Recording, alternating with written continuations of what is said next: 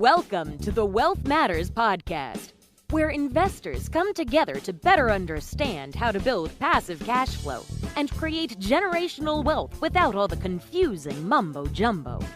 Here's your host and co-author of Amazon #1 bestseller, Alpesh Pamar. Welcome to the Wealth Matters podcast. I am going to talk to someone who is going to tell us about how to invest money. No, I'm just kidding. How to donate your money wisely, right? This is also important. Yep. All of us work hard, make money. And then, of course, in the end, we also want to make an impact in the society, right? We want to do good. Even by investing in mobile home parks, I want to make a nice quality home available to some tenants, right? Affordable housing. By investing in senior facilities, I want to provide a nice high-end facility for our seniors. So in the end, of course, all of us want to make money, but we got to give back. So I'm welcoming Sybil Ackerman Munson. She's the president of Do Your Good.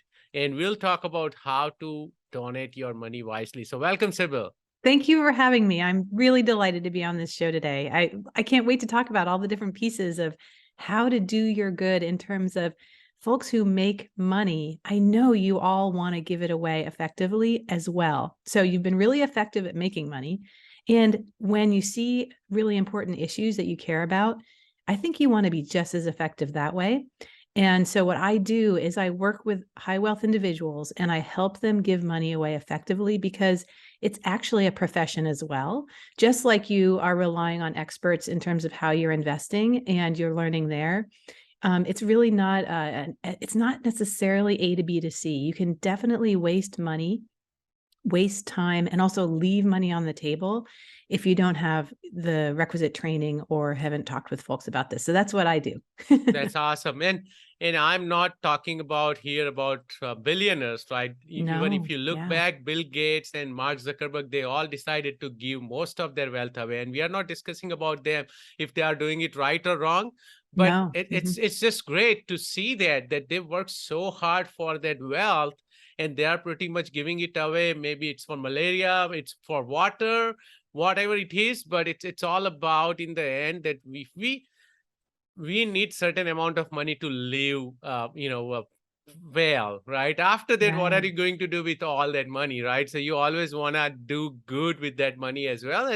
And I think pick the right place to put your money or donate your money. That's very important as well. Like something you're passionate about, like I'm passionate about the education of orphan kids, right? So I do that in India right now, and I'm always looking for other ways as well. So we'll talk about that. But before that, this is the question I ask everyone. Tell us something interesting or funny about yourself.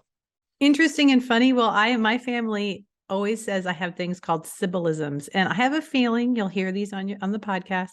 I always get like little sayings just a little bit wrong, and so I always try. And I'm like, the point, like the rising tide for all boats. That one. That saying.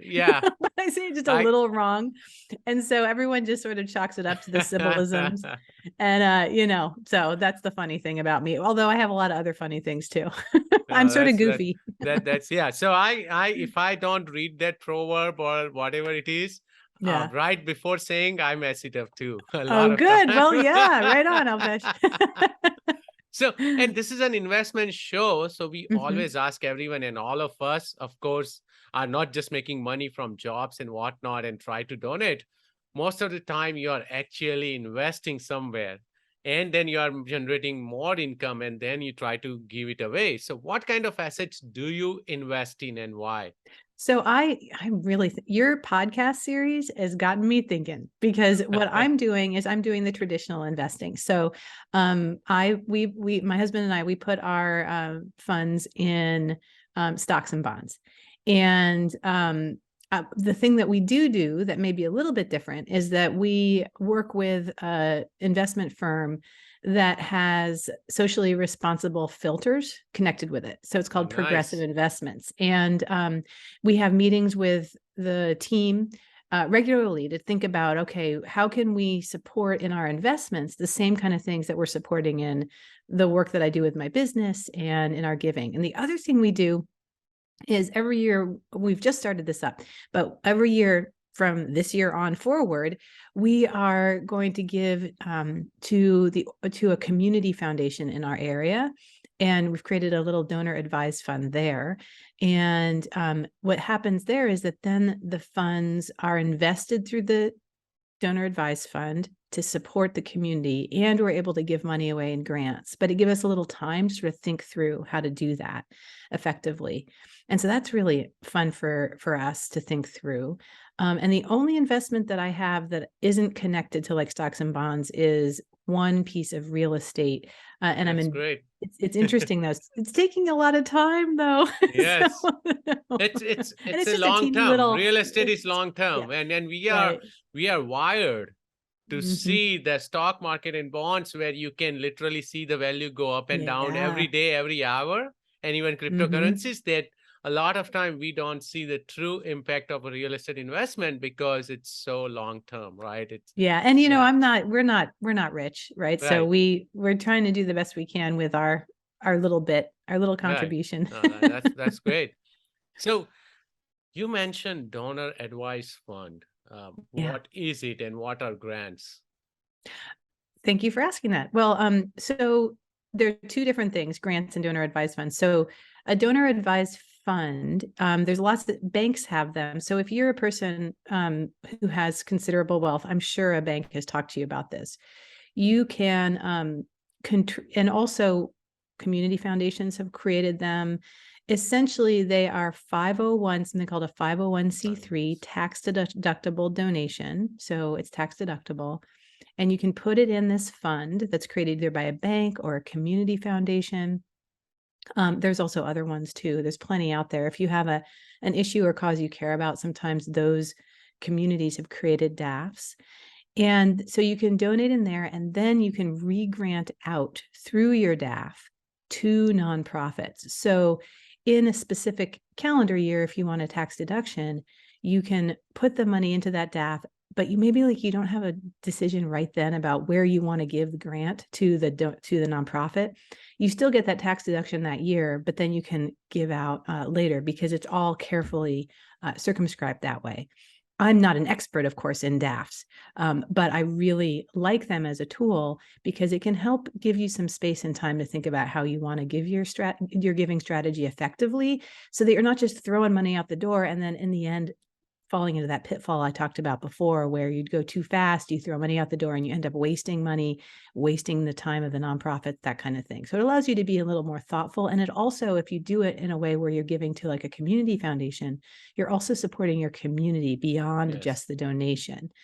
So I like that tool, but that is just one tool that you can use. And I'm sure we'll talk about more strategies in terms of how to give money away effectively over this conversation. Sure. So just a joke that my bank hasn't spoken with me about donor advice Oh, fund. So of course no. I'm not rich yet. Yeah,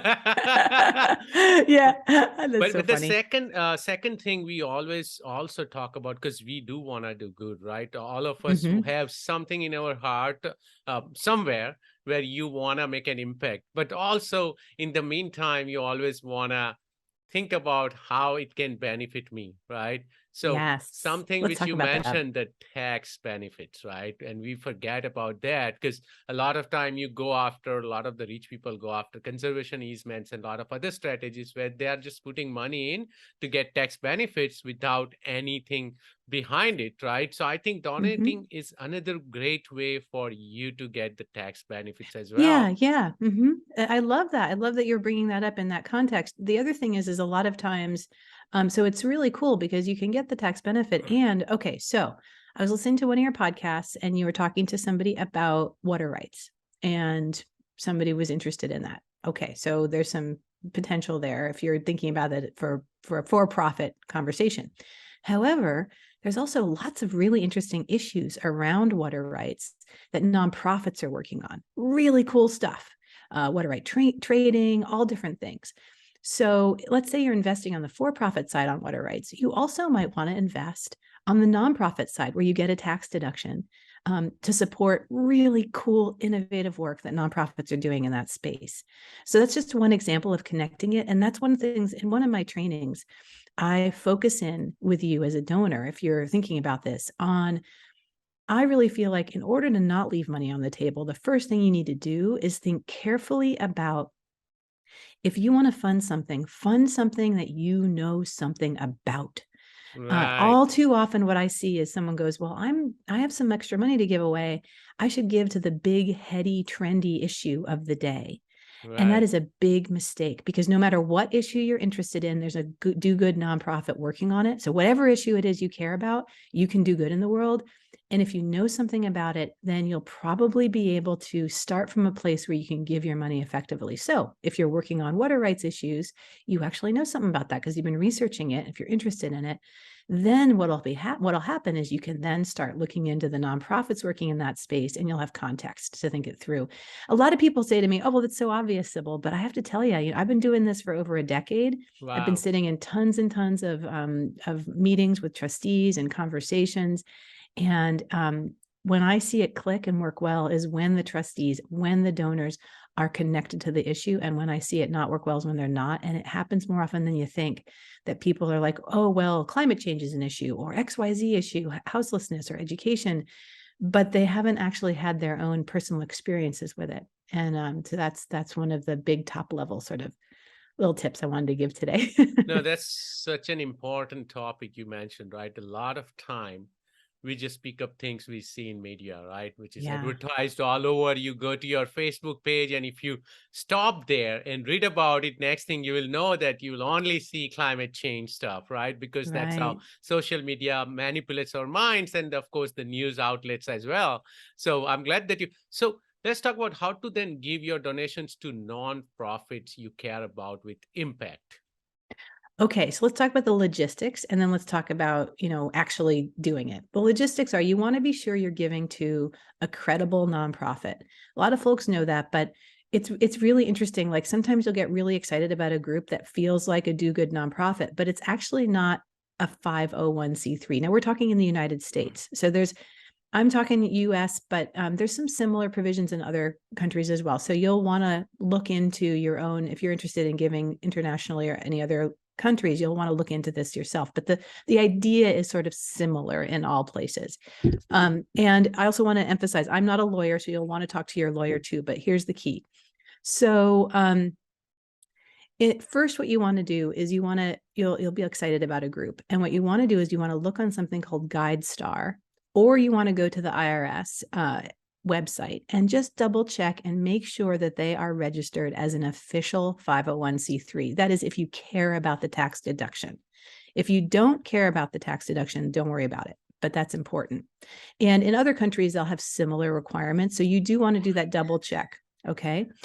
And then the next thing is, in terms of making sure that you're giving the organization you care about, you can do, if you're doing your giving in an area that you already know something about, chances are you can do a website research kind of thing where you type in the key causes you care about, but definitely don't stop there. Web research is really superficial in this. It can help you get some names of groups, but where you also want to go is to your friends, colleagues, and coworkers. A lot of times I hear the donors I work with say, oh, I don't know anybody who also has some money to give away. And like, they don't talk about it in regular conversation. Right. And then when I talk to them though a little more deeply, all of a sudden, wait, I talked to this person and that person, and they're working in a similar Right. area that I'm interested in. This is if you're linking it into something you care about. You'll find a little group of people who may already be giving to some nonprofits. And it's also always nice to have that validation. Maybe there's a friend of yours that has worked on water issues and already is funding an organization for years and years that they care about. So you might want to pitch in to support that group.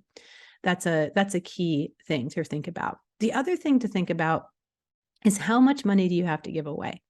So if you have what I call sort of and none of this is small. When I say small, it doesn't mean negative small. It just means smaller amounts. So that would be anywhere from like $0, excuse me, not $0, $200. This $1. is me and my Sybilisms. Anywhere from about $200 to about $5,000. If you have about that much, that's a little bit smaller. It's still can be hugely impactful. And where it can be impactful is if it's local. Okay. So the first thing I say is make sure you're focusing in on giving to something you care about. And then that $200 to $5,000, if it's local in your area, you can have a huge amount of impact. $200, if you care about people who are unable, who have food insecurity, they are not able to afford food. $200 to your local food bank can feed a lot of people. Right. Right. So that's really key. And as you go up in the amount you're able to give away, you can scale out accordingly. And always the key too is if you want to really have your money go far, as you go beyond the $5,000 mark, start thinking also about how to leverage your dollars with public money. So for example, there's something called a land trust that buys land for conservation purposes or other purposes. Yes. They usually have a lot of, fingers in public money, multi-millions of dollars. But what they don't have is that public money a lot of times won't support the capacity of the staff to just get the job done. Usually the federal or state dollars will really help with like capital, like building something or purchasing the actual land, but it won't fund the ongoing maintenance and that kind of thing. So the key there would be your smaller grant of $25,000 or something like that can help with keep those staff on so that they can then leverage multi-millions of dollars to get things to happen. And this can go for any issue you care about. If you have an eye to, let me leverage my dollars. Of course, the other way you're leveraging your dollar is by talking to your friend, colleague, or coworker who's also funding that issue. By talking to them and they say they're giving money and you say, oh, well, I might give money in that area. You're sort of leveraging each other's dollars, right? You're doing an informal Kickstarter, that kind of thing. So those are some little words of advice I have for those pieces. There's of course so many more things, but those are the top level ones. I love talking about this stuff, so we could talk about it for hours. Oh, this is great. Another question, because we spoke about how to make impact with your donations. What are some of the mistakes people make while donating and how to avoid them? Okay, number one mistake. You've been really successful in your business. And so you think, therefore, then you're going to be successful in giving money away. And the questions that you've asked and the things that you've done to become super successful in your business are the same kind of questions you ask when you want to give money away to nonprofits. The problem there is that nonprofits, even though they're structured like a corporation, are not corporations in the same sense, and they don't think about success in the same way. And so it can really be challenging. And for the nonprofit to actually implement what you might be interested in doing, if you don't take the step of really, first of all, making sure you know the issue. And second of all, working with someone or some folks in the area who have experience in the nonprofit sector. I actually believe pretty strongly about that. The big problem that you'll also have is if you start coming into a community and they know that you have money to give away, what happens is the people in that community, especially the nonprofits, they will start being yes people to you all the time.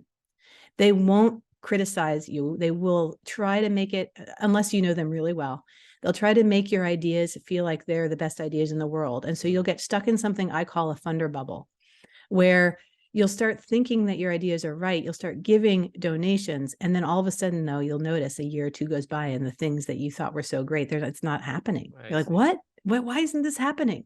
And it's not happening because you've ended up wasting your money. Because what's happened is you haven't really heard from the nonprofits about what's needed. And you haven't effectively worked with intermediaries and other folks who are experts in philanthropy to make sure that your ideas have been validly tested before you've put money into the field. And I've seen this happen over and over. And then what happens, which I don't like, is the donor goes, ugh, I'm just going to stop giving. I'm going to go do other stuff with my money. And, there's so many great causes and so many amazing things out there and good people doing good work. It's really just a big miscommunication. And it's such a bummer because you can do such good with your dollars, but it does take a lot of strategy there. Oh, that's great. And I started thinking about it when you mentioned you speak with your friends or community and you think this is the perfect donation. It goes the other way as well. A lot of time you find something really good Yeah, and then you speak with these people and they're like, no, this is not where you should put your money, or that's where you this get is, the pushback. yes. Exactly. So Exactly. So, it's mhm. both ways. Yeah, totally. And one of the recommendations, I have a little mini course I created called How to Stay Out of a Funder Bubble, be clear, that kind of thing. And it's the funder bubble. How do you make sure that you're not in it? And some of the strategies you can do are you're talking about, which is, make sure that you have a group of people around you who will say no to you and talk to you about the issues. But also, if you have extra time, going to the group you care about and volunteering for them, or going on their board, things where, yes, people will know that you have money and you're going to give it away, but they'll forget. And you'll be able to really get into the weeds a little bit more. The challenge, of course, is a lot of times you may not have time to do that. And so if you don't have time to do that, then that's when I suggest that you work with a firm or an intermediary that can support you in doing some kind of assessments and then bringing it back to you to talk about like what could work and what couldn't work in some of those areas, because an intermediary can be really helpful. But it's really, really a great thing to do to really get in there and actually be on a board of a nonprofit or volunteer, because then you actually can start seeing how the nonprofit thinks about the world, which can be really different from the for-profit entrepreneurial spirit kind of place. And I'm living both, right? So I worked in the nonprofit world for over a decade. Now I'm in the funder space where I'm working with donors. Yeah. And I also have my own business, my own small business. Right. And I'm starting to see sort of all the different perspectives of, okay, now I'm understanding better why it can be tough for people who have really been amazing entrepreneurs to then actually give money away effectively. Correct. Mm-hmm. No, this is great. Anything else you would like to discuss about donation and impact? Well, I guess the other thing there's so many things, but let me talk about one piece that I think is really important. So let's assume that you've figured out your issue and you're like, I'm all in on this. I have experience and I'm doing all that stuff. You don't want to stop there though. There's another thing that I've noticed in my years of working with donors, and that is that there's really 3 different kinds of donors that approach the world differently. And it really matters because then it links into how you want to approach the nonprofits and give money away. The 3 different types of donors are sustainer donors, campaigner donors, and launcher donors. Sustainer donors are the kind of donors who are in love with specific nonprofits. They love what they do. They give money every year to those nonprofits, and it's awesome. They're just like general support all the way. That nonprofit is doing exactly the issue that they care about. So it would be like, let's say you cared about houselessness, and there's a nonprofit that's focused on building homes for the houseless. This group you love, so you fund them year after year, and that's great. And then you're a busy person doing your stuff. You're not asking them for too much documentation. They give you information every year. You tell your friends about it. It's awesome. A campaigner donor, though, is somebody who, let's say, is really worried about houselessness, but they see that there's a major obstacle in the way. Like it's not enough to support building more homes, because actually our land use system, other things are keeping us from being able to build the homes. Right. And so that makes you a campaigner donor. And that means that you want to fund nonprofits more to do project work. And that's a different kind of request of the nonprofit.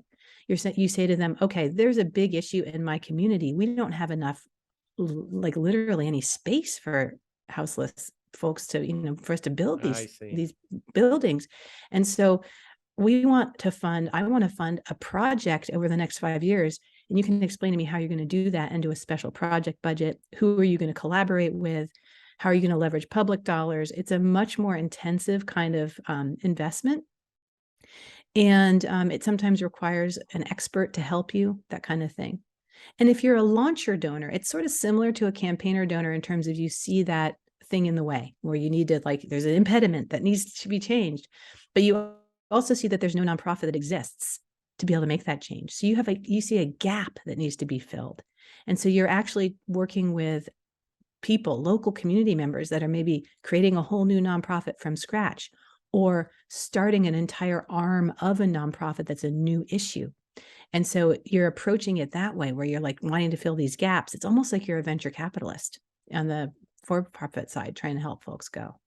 So if I have some trainings to sort of help you as a donor think through what kind of donor you want to be, because if you approach a nonprofit and you really are a campaigner donor, like you're worried about the issue and you want to move it, but you say to the nonprofit, oh, I love you and I'm going to fund you every year. But then you keep going at them and you talking about like all these individual things they need to do and change. That's when you start leaving money on the table, because the nonprofit never understood that that's what you wanted in the beginning.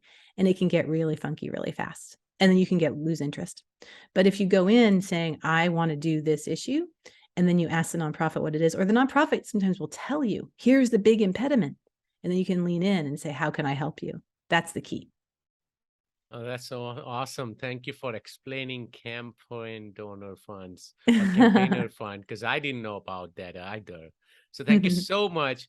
This was great. I thoroughly enjoyed knowing about, what are the ways to invest and how I can make an impact. So are you ready for fire round? Okay. Would you be changing any business, because you mentioned you have a small business, or investment strategy because of inflation or recession? I love the question, and no. That's good. Maybe that means the strategy is working. Yay. Favorite real estate or finance or any even personal development book? Well, I was thinking about that, and I really liked The Big Short by Michael Oh, Lewis. yes. I mean, it wasn't really a financial advice book, but I do have to say I loved it. That's a great book, and even the makes you movie. think. Yes. Yes. Any tool or website you recommend or you cannot live without? Oh gosh, yes. Well, GuideStar and Candid are really helpful for the kind of work I do. And then on behind the scenes, Foundant is an amazing program to help with grants management. So, but I really like the GuideStar, Charity Check, that kind of work around there, and the website is great. That's awesome. Any advice for beginner investors? Really think about investing in areas that you also care about, because then you could learn a lot about them. And then as you come into more wealth, you then can also have an investment strategy around giving money to great nonprofits that are caring about the same work you're investing in. It's beautiful when that happens. So I asked this question to everyone, and now it doesn't make sense, but I'll still ask, how do you give back? How do I give back? Yes. Man, I love the question. I mean, I'm trying to have my entire business be about giving back. So hopefully I'm succeeding, but I don't know. I'm trying. And then I also have started this fund at Oregon Community Foundation. It's super small right now because my business is sort of just starting to have enough where I can feel like I can do that. But that's also where I give back. And in addition, all of our investments are in this progressive investment firm that's really thinking about how our investments can work progressively. So all the different pieces I'm trying to do with giving back. I'm glad you asked that question of everybody. Oh, thank you. How can my listeners reach out to you? Oh, it's so easy. So what you do is you go on the web and you type in Do Your Good. So I'm doyourgood.com, www.doyourgood.com. And then I'm also on Instagram, and it's just the little handle or the @sign, Do Your Good, or Facebook, same thing, Do Your Good. So it's pretty easy. You can also, I have a weekly podcast as well. And that's great. Yeah, it's on all the streaming sites, and I interview people where we talk about effective giving strategies, and it's on all the streaming sites. So check that out. Just type in Do Your Good or my name, Sybil Ackerman Munson. So I'm super easy to find. Thank you so much, Sybil, for your time. I'll definitely learned a lot about donating today. It's been such a pleasure. I love being on these podcasts. They're so fun to talk about all the different work. So Awesome. Thanks for listening to the Wealth Matters podcast. If you enjoyed it, please leave us a 5-star rating on iTunes so others can enjoy the show too. Have a great week and happy investing!